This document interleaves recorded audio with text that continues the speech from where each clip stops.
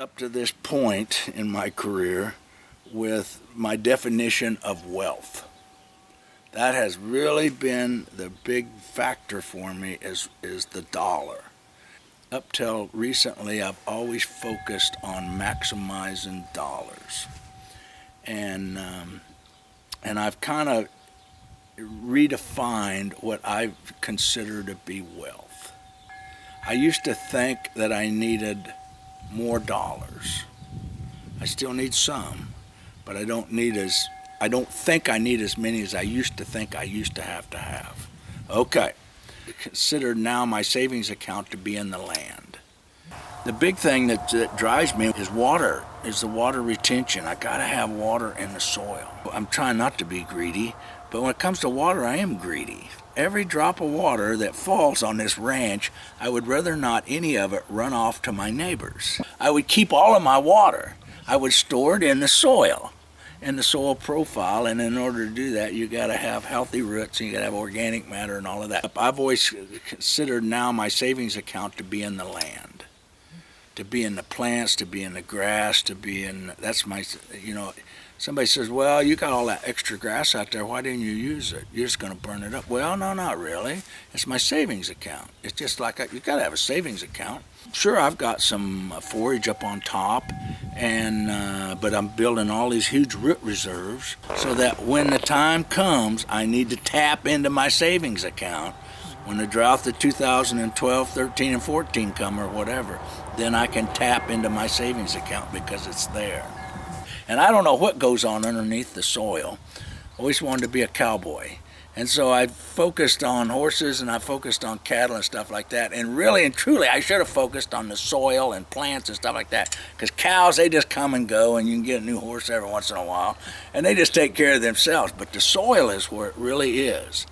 And there's a whole world that goes on underneath the soil with all these springtails and nematodes and all of these microbials and all of these things. How they take sugar and from the root, from the plants, and the plants has got this carbon sequestration going, it's bringing carbon down, and they retrieve the sugars out of there, and from that they produce nitrogen that feeds the plants, and the plants grow healthier and get more, and there's more of these things, and it just goes, it's around, and there's millions of them going on out there.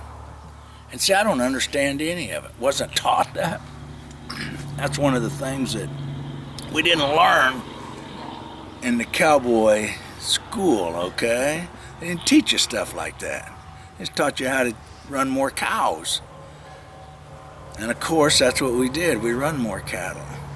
And we pushed the country harder, and we would run more cattle, and we would thought we were making more dollars, and we were making dollars, but we weren't really accumulating wealth. We got to educate, okay? Until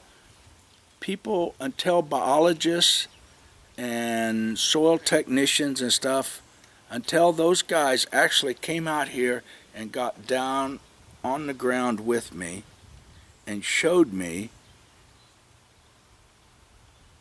that's how I learned what was going on. We got to teach what's happening with the soil. We've got to teach how do we take care of healthy soils. We've got to quit just throwing money out there at programs and doing paperwork. We've got to get boots on the ground. We've got to get people out here, and we've got to build trust. That's the big thing you got to have. And once you get that trust, then you get boots on the ground out here, and they work with these ranchers in a way that promotes community-based conservation, what's best for the community. And in the process of what's best for the community always turns out to be best for me too, in the end.